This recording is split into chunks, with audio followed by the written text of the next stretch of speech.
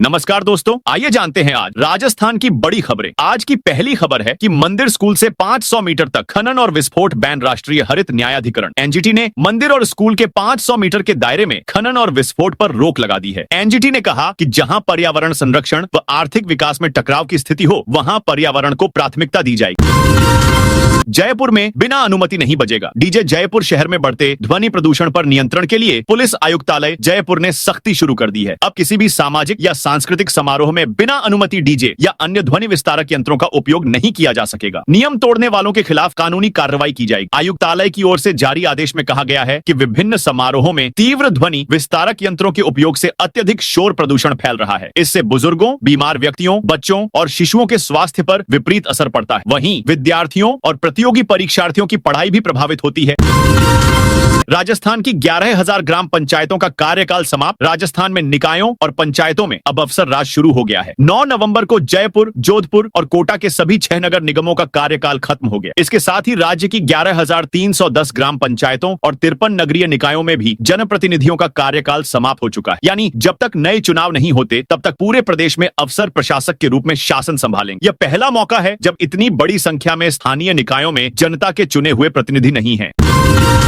31 दिसंबर तक सत्यापन अनिवार्य। सामाजिक न्याय एवं अधिकारिता विभाग ने जिले के सभी सामाजिक सुरक्षा पेंशनरों के लिए वार्षिक भौतिक सत्यापन अनिवार्य कर दिया है। विभाग ने सख्त चेतावनी दी है कि जो पेंशनर 31 दिसंबर 2025 तक यह सत्यापन पूरा नहीं करेंगे, उनकी पेंशन आगामी वर्ष जनवरी 2026 से स्वचालित रूप से बंद कर दी जाएगी। जिले में वर्तमान में लगभग 2,82,400 लाभार्थी वृद्धावस्था, एकल नारी, विशेष योग्यजन और कृषक वृद्धजन जैसी योजनाओं का लाभ ले रहे हैं, जिन्हें इस समय सीमा का पालन करना अनिवार्य है। जयपुर में आज से सिर्फ एक नगर निगम, राजधानी के ग्रेटर नगर निगम और हेरिटेज नगर निगम का कार्यकाल रविवार को समाप्त हो गया। कार्यकाल समाप्त होने के साथ ही सोमवार से जयपुर नगर निगम अस्तित्व में आ गया। राज्य सरकार पहले ही संभागीय आयुक्त को प्रशासक नियुक्त कर चुकी है। दूसरी तरफ अधिकारियों से लेकर कर्मचारियों में असमंजस की स्थिति बनी हुई है कि अब आगे काम कैसे होगा। रविवार को दोनों ही नगर निगम खुले। ग्रेटर में तो अधिकारियों की बैठक भी हुई। वहीं हेरिटेज नगर निगम में महापौर कुसुम यादव कार्यालय पहुंची और पार्षद व अन्य लोगों से मुलाकात की।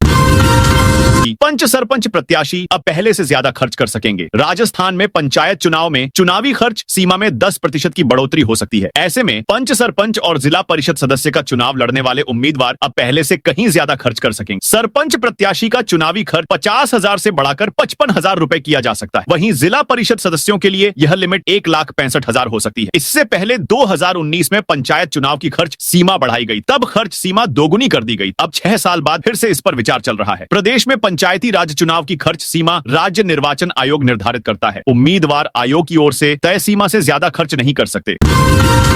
पराली जलाने पर लगेगा जुर्माना। हनुमानगढ़ जिले में धान की पराली या अन्य फसल अवशेष को जलाकर वातावरण में धुआं फैलाने वाले किसानों पर कार्रवाई की जाएगी। जिला कलेक्टर एवं जिला मजिस्ट्रेट डॉक्टर खुशहाल यादव ने आदेश जारी करते हुए प्रत्येक ब्लॉक में उपखंड अधिकारी की अध्यक्षता में ब्लॉक स्तरीय पराली सुरक्षा दल गठित करने के निर्देश दिए हैं। इन दलों द्वारा पराली जलाने की घटनाओं पर सतर्क निगरानी रखी जाएगी। दोषी किसानों से जुर्माना वसूल कर कार्रवाई सुनिश्चित की जाएगी। ब्लॉक स्तरीय दल में उपखंड अधिकारी नोडल अधिकारी होंगे। नाहरगढ़ में लायन सफारी शुरू। जयपुर के नाहरगढ़ जैविक उद्यान में रविवार से लायन सफारी का संचालन दोबारा शुरू हो गया। सफारी शुरू होने के पहले ही दिन सैलानियों में खासा उत्साह नजर आया। इसी के साथ बीड़ पापड़ लेपर्ड सफारी में भी सैलानियों की अच्छी खासी रौनक रही। 3 वाहनों में पर्यटक रोमांचक सफारी का आनंद लेते दिखे।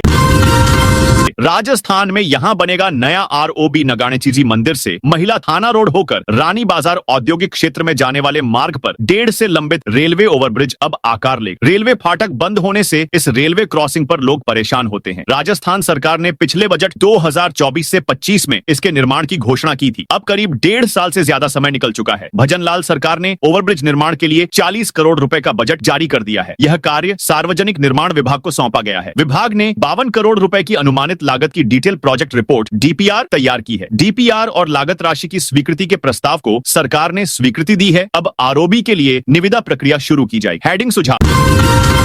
अलवर के किसानों को जयपुर कूच का ऐलान। अलवर के किसानों ने प्याज के नुकसान पर राजस्थान सरकार को आंदोलन की चेतावनी दी है। किसानों और व्यापारियों ने सामूहिक रूप से निर्णय लिया कि वे अब जयपुर कूच कर धरना देंगे और अपनी समस्याओं को लेकर सरकार से जवाब मांगेंगे। भारत की सबसे बड़ी दूसरे नंबर की सब्जी मंडी में किसानों और व्यापारियों की बैठक हुई, जिसमें करीब 20 से 25 गांवों के 700 से ज्यादा किसान पहुंचे थे। सार्वजनिक स्थलों से श्वानों को पकड़ेंगे। सुप्रीम कोर्ट ने अस्पताल, स्कूल और सार्वजनिक स्थलों से आवारा और आक्रामक श्वानों को हटाने के आदेश दिए हैं। नगर निगम न्यायालय के आदेश की पालना के लिए अब अस्पताल, स्कूल समेत भीड़-भाड़ वाले इलाकों का सर्वे करने में जुट गया है। मगर बड़ा सवाल ये बना है कि इन इलाकों से पकड़े जाने वाले श्वानों को कहां छोड़ा जाएगा। इसके लिए न तो न्यायालय के आदेश में कोई स्पष्ट है और न ही निगम के पास सरकार से कोई आर्डर है। तो कोई बड़ी बात नहीं कि इन स्थानों के आवारा श्वान आपके मोहल्ले में छोड़ दिए जाए।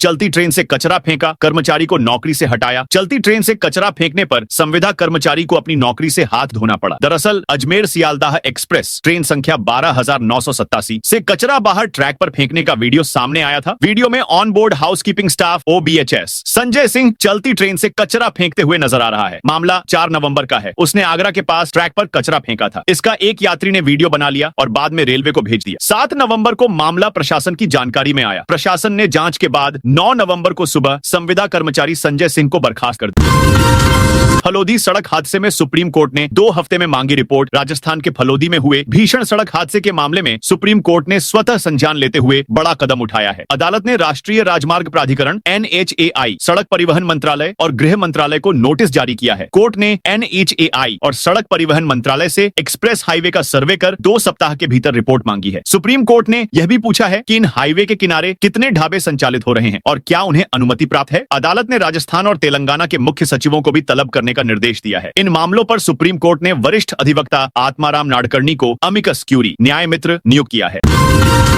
शिक्षक भर्ती की तैयारी कर रहे लाखों अभ्यर्थियों को बड़ा झटका। राजस्थान कर्मचारी चयन बोर्ड की ओर से शिक्षक भर्ती लेवल 1 और लेवल 2 की प्रक्रिया शुरू हो गई है, लेकिन इस भर्ती से लाखों अभ्यर्थियों को बाहर कर दिया गया है। लेवल 2 में सामान्य शिक्षा और विशेष शिक्षा के पद शामिल नहीं किए गए हैं। इससे करीब 5 लाख बीएड डिग्रीधारी और रीट पास अभ्यर्थी तथा लगभग 80,000 विशेष शिक्षा डिग्रीधारी आवेदन से वंचित हो गए। लंबे समय से भर्ती का इंतजार कर रहे इन अभ्यर्थियों की तैयारी अब धरी रह गई है।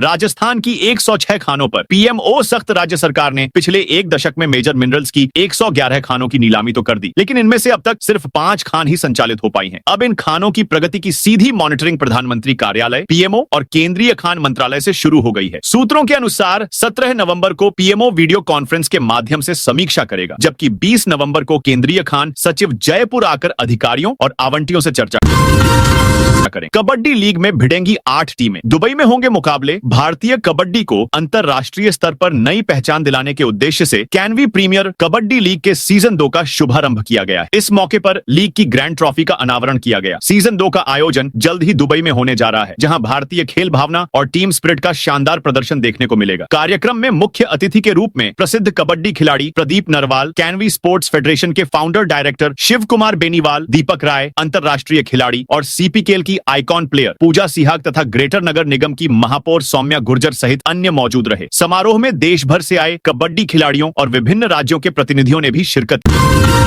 की। राजस्थान के 2 सोशल मीडिया इन्फ्लुएंसर की गाड़ी पर पथराव। राजस्थान के वागड़ अंचल के 2 social media influencer Mehul Chaubisa और आतिक राठौड़ की कार पर पथराव हुआ। घटना रविवार 9 नवंबर देर शाम कोतवाली थाना क्षेत्र के बलवाड़ा रेलवे फाटक की है। इस पथराव में मेहुल चौबीसा के सिर पर चोट लगी। हालांकि आतिक राठौड़ को पत्थर नहीं लगने से बच गए, लेकिन अचानक हुए हादसे के बाद से ही घबराए हुए हैं। सूचना पर कोतवाली पुलिस ने मौके पर पहुंचकर जांच शुरू कर दी। जानकारी के मुताबिक जैसे ही मेहुल को सिर पर चोट लगी, उन्होंने कार की ओर भागकर बैठने की कोशिश की। तभी कार पर भी पथराव शुरू हो गया। इसमें कार के आगे और पीछे दोनों शीशे क्षतिग्रस्त हो गए।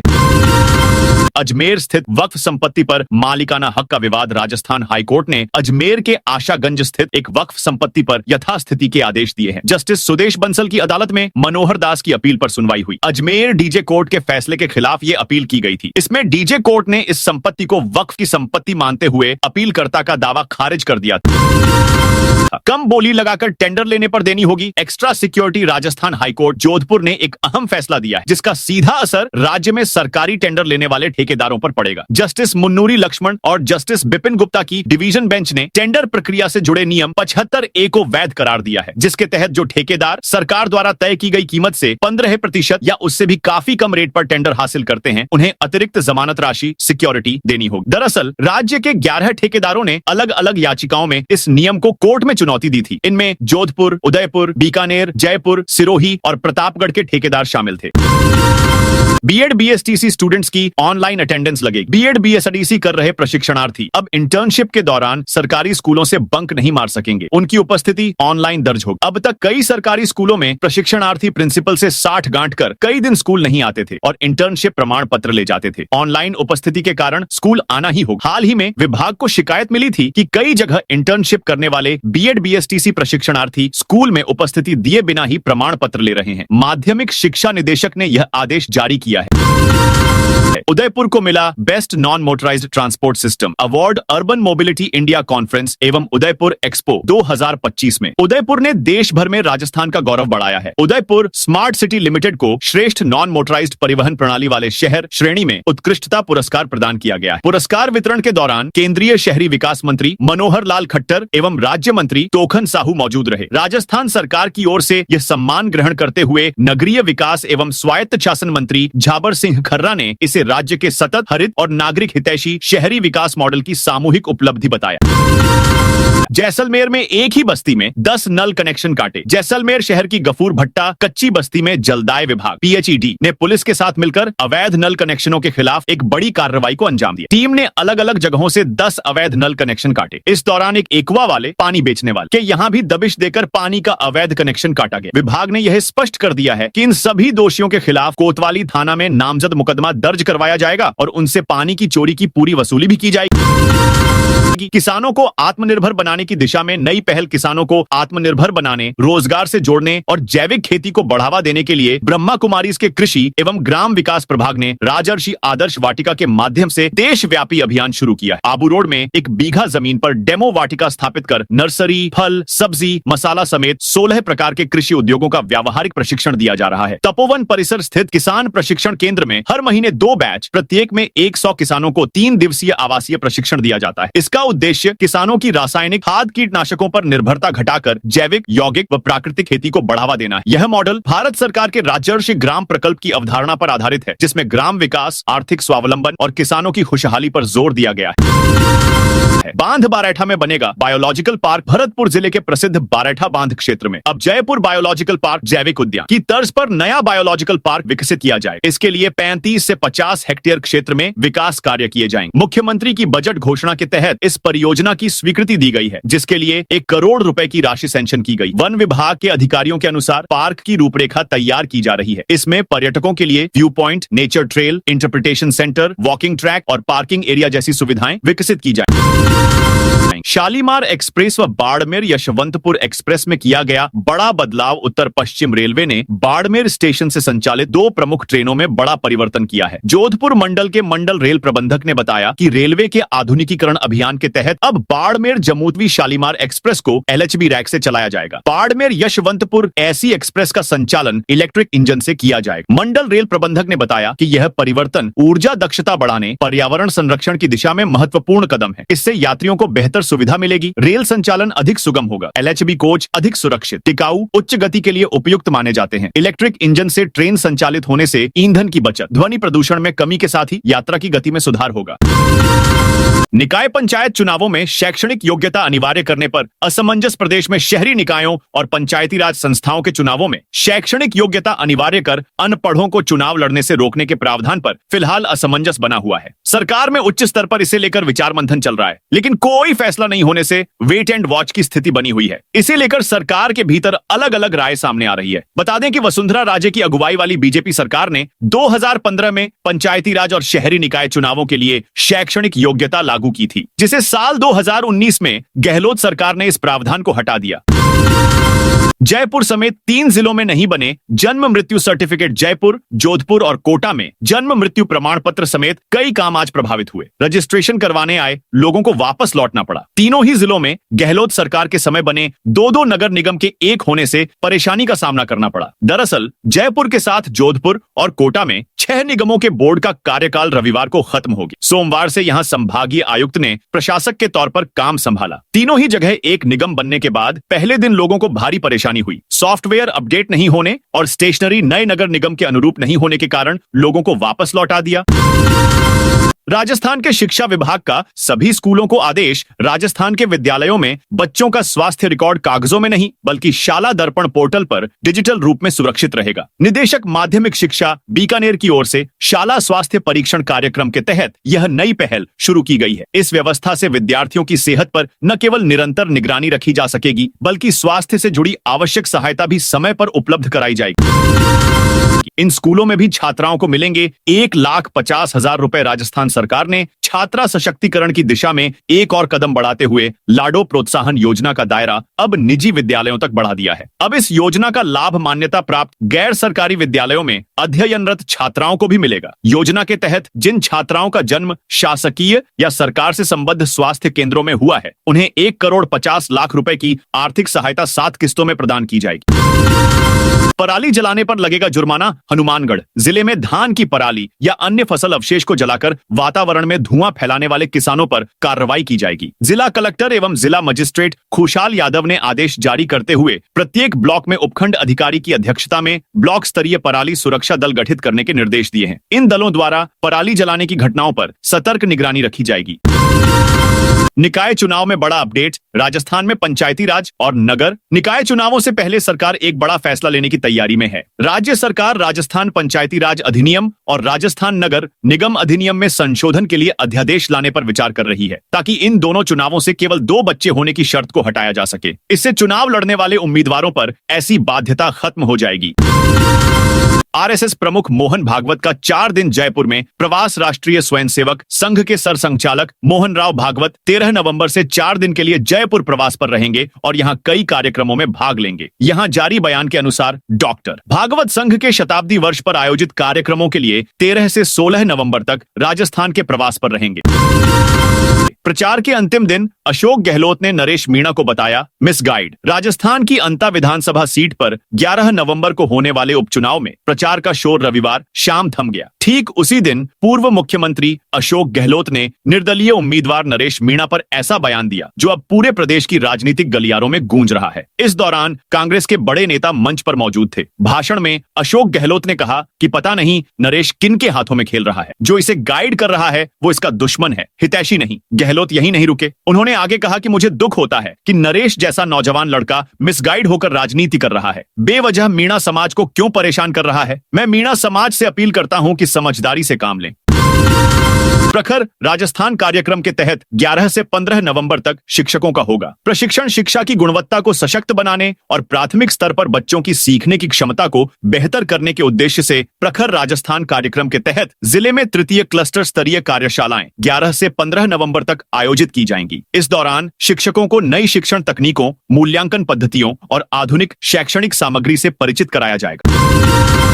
11 नवंबर से राजस्थान में पहली बार होगी लेपर्ड की गणना। वन विभाग ने राजस्थान में पहली बार तेंदुए लेपर्ड की व्यापक गणना की तैयारियां कर ली है। यह गणना टाइगर रिजर्व, संरक्षित क्षेत्रों और अन्य वन्यजीव स्थलों में साइन सर्वे, लाइन ट्रांसेक्ट और कैमरा ट्रैपिंग के जरिए की जाएगी। गणना की शुरुआत 11 नवंबर से हो रही है, जो तेंदुए की सटीक संख्या और उनकी मौजूदगी का पता लगाने में मदद करेगी। गणना में वन कर्मियों के अलावा विशेषज्ञ एनजीओ और स्थानीय समुदाय की टीम भी शामिल होगी। कैमरा ट्रैप से प्राप्त फोटो से तेंदुए की पहचान उनकी धारियों के आधार पर की जाएगी।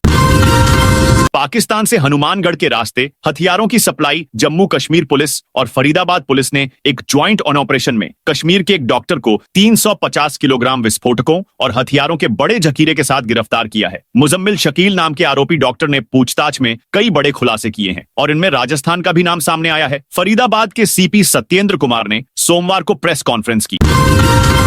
पंचायत चुनाव में पहले से 10% ज्यादा खर्च कर सकेंगे। राजस्थान में पंचायत चुनाव में चुनावी खर्च सीमा में 10% की बढ़ोतरी हो सकती है। ऐसे में पंच, सरपंच और जिला परिषद सदस्य का चुनाव लड़ने वाले उम्मीदवार अब पहले से कहीं ज्यादा खर्च कर सकेंगे। सरपंच प्रत्याशी का चुनावी खर्च 50,000 से बढ़ाकर 55,000 रुपए किया जा सकता है। राजस्थान में 15 मौतों पर NHAI और केंद्र को नोटिस। सुप्रीम कोर्ट ने फलोदी के मतोड़ा में हुए भीषण सड़क हादसे को लेकर राष्ट्रीय राजमार्ग प्राधिकरण NHAI, सड़क परिवहन मंत्रालय और गृह मंत्रालय को नोटिस जारी किया है। SC ने कहा, अवैध ढाबों पर खड़े वाहन दुर्घटनाओं का कारण बन रहे हैं। जस्टिस JK माहेश्वरी और जस्टिस विजय बिश्नोई की बेंच ने राज्य सरकार से प्रदेश से निकलने वाले नेशनल हाईवे के किनारों पर ढाबों की संख्या और उनकी स्थिति के बारे में पूछा है। कम बोली लगाकर टेंडर लेने पर देनी होगी extra. Security Rajasthan high court Jodhpur ने एक अहम फैसला दिया है, जिसका सीधा असर राज्य में सरकारी टेंडर लेने वाले ठेकेदारों पर पड़ेगा। जस्टिस मुन्नूरी लक्ष्मण और जस्टिस विपिन गुप्ता की डिवीजन बेंच ने टेंडर प्रक्रिया से जुड़े नियम 75A को वैध करार दिया है, जिसके तहत जो ठेकेदार सरकार द्वारा तय की गई कीमत से 15% या उससे भी काफी कम रेट पर टेंडर हासिल करते हैं, उन्हें अतिरिक्त जमानत राशि सिक्योरिटी देनी होगी। DMFT फंड से 8 करोड़ रुपए मंजूर। अलवर के सबसे बड़े शिशु अस्पताल के विकास पर 8 करोड़ रुपए खर्च होंगे। जिला अस्पताल का शिशु विभाग का अपग्रेडेशन होगा। यह राशि DMFT जिला खनिज फाउंडेशन ट्रस्ट से मंजूर की गई है। केंद्रीय मंत्री व अलवर सांसद भूपेंद्र यादव की अध्यक्षता में सोमवार को इसके लिए दिशा मीटिंग हुई। इसमें राशि को मंजूरी दी गई। पिछली बार मुख्यमंत्री ने बजट घोषणा में अलवर के शिशु वार्ड को शिशु अस्पताल बनाने की घोषणा की थी। इसके बाद अब अस्पताल के डेवलपमेंट को लेकर यह राशि दी गई है। भजनलाल सरकार का पिछली सरकार से बेहतर प्रदर्शन। राजस्थान में आमजन ने भजनलाल सरकार को पिछली कांग्रेस सरकार की तुलना में बेहतर प्रदर्शन करने वाली सरकार माना है। Public research and advisory services द्वारा कराए गए तुलनात्मक सर्वेक्षण में यह निष्कर्ष सामने आया है। सर्वे में प्रदेश की 200 विधानसभा क्षेत्रों में से प्रत्येक से 50-50 व्यक्तियों सहित कुल 10,000 नागरिकों से बातचीत की गई।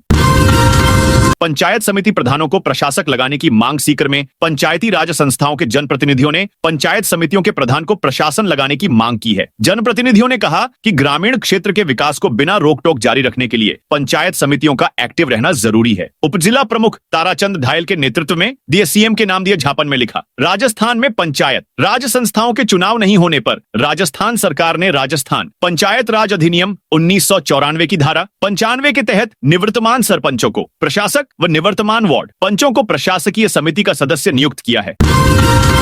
भीलवाड़ा में खिलाड़ियों ने किया विरोध। भीलवाड़ा में शहर के प्रताप नगर ग्राउंड पर हॉकी के लिए एस्ट्रोटर्फ मैदान बनाने की सूचना पर क्रिकेट खिलाड़ियों ने विरोध शुरू कर दिया। खिलाड़ियों का कहना है कि अगर यहां एस्ट्रोटर्फ बिछाया तो क्रिकेट, फुटबॉल और अन्य खेलों की गतिविधियां ठप हो जाएंगी। यह ग्राउंड 20 वर्षों से क्रिकेट गतिविधियों का प्रमुख केंद्र रहा है। प्रतिदिन 60 से 70 खिलाड़ी यहां अभ्यास करते हैं, जबकि रविवार को यह संख्या 200 से 250 तक पहुंच जाती है। यह शहर का एकमात्र ऐसा मैदान है जहां हर उम्र के क्रिकेट प्रेमी नियमित खेलते हैं। बस में तोड़फोड़ करने के 3 आरोपी गिरफ्तार। जोधपुर के प्रताप नगर सदर थाना इलाके में बॉम्बे मोटर सर्किल पर यात्री बस में तोड़फोड़ के मामले में फरार 3 आरोपियों को पुलिस ने गिरफ्तार किया है। आरोपियों ने बस संचालक से बंधी की मांग की थी। प्रताप नगर सदर थाना अधिकारी गोविंद व्यास ने बताया कि 8 नवंबर को थाने में रोशन खां ने रिपोर्ट दर्ज कराई थी। इसमें बताया था कि वह 7 नवंबर को जैसलमेर से बस लेकर रात को करीब 11:15 बॉम्बे मोटर चौराहे पर उमराव खां पेट्रोल पंप के सामने पहुंचा। तभी अचानक 3 आदमी आए, जिनमें से एक के हाथ में सरिया था और बाकी के हाथ में ईंट पत्थर थे। उन्होंने बस पर पत्थर ईंट मारकर शीशे फोड़ दिए। श्रीगंगानगर में शिक्षक संघ की नई कार्यकारिणी घोषित। शिक्षक संघ राष्ट्रीय के प्रदेश नेतृत्व ने श्रीगंगानगर जिले की नई जिला कार्यकारिणी की घोषणा कर दी है। स्थायी समिति की बैठक में लिए गए फैसले से जिले के शिक्षक संगठन को नया नेतृत्व मिला है, जो संगठन की गतिविधियों को और मजबूत बनाने की दिशा में काम करेगा। तो दोस्तों, ये थी आज राजस्थान की बड़ी खबरें। आप इस वीडियो को कौन से जिले से देख रहे हैं, उस जिले का नाम जरूर बताइए।